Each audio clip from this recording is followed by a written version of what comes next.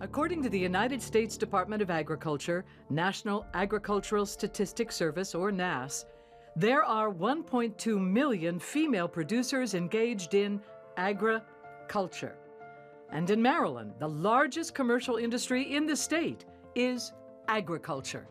The circular growth pattern of urban food production, oysters from hatcheries, a shepherdess and her flock, a tree with historical roots, and a place where horses provide therapy is woven within the fabric of food, fiber, and the female farmer.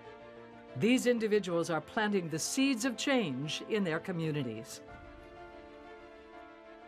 Backyard Base Camp, an environmental nonprofit in Northeast Baltimore City, has a wide array of services: nutritious food, outdoor play spaces, harvest management, and hands-on interdisciplinary trainings are just a few offered. A green space with narrative-changing bliss. BLISS stands for Baltimore Living in Sustainable Simplicity. Backyard Base Camp was started originally as a for-profit organization. I wanted to do professional development for teachers and teaching them how to bring nature into the curriculums that they were teaching. But then we found this vacant land around the corner from our house and thought that this could be a really cool space for us to bring out those lessons to our community in terms of farming, gardening, getting back to the land, getting back to nature, providing a safe space for people of color to engage with the environment. We were driving to my in-laws who live on the other side of the city. We'd be like, there's no food around here. There's no food here. There's no food there. Where are people getting food from?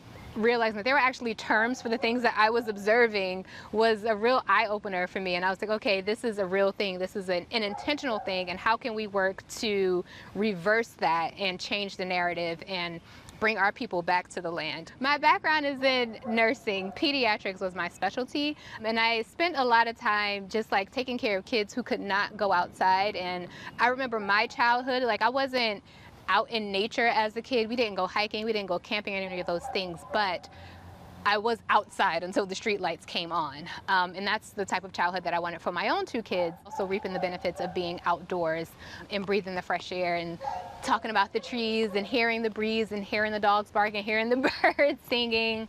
It is, I think, something that people don't fully appreciate until they kind of have a moment to sit down and think. Maybe about a month or so before we found this vacant lot, which is now the farm, Bliss Meadows, we were just surveying the area, trying to figure out where we were going to start planting vegetables.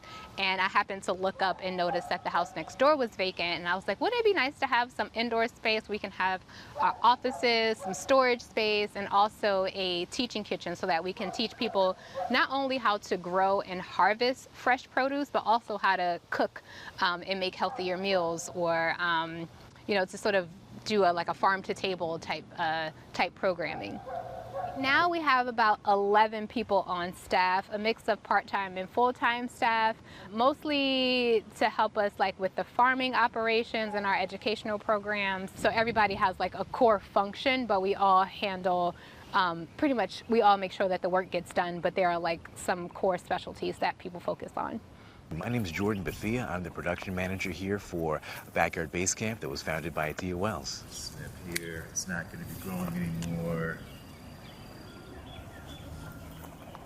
This is our Jonagold apple tree. So this will probably be producing in about 2 years.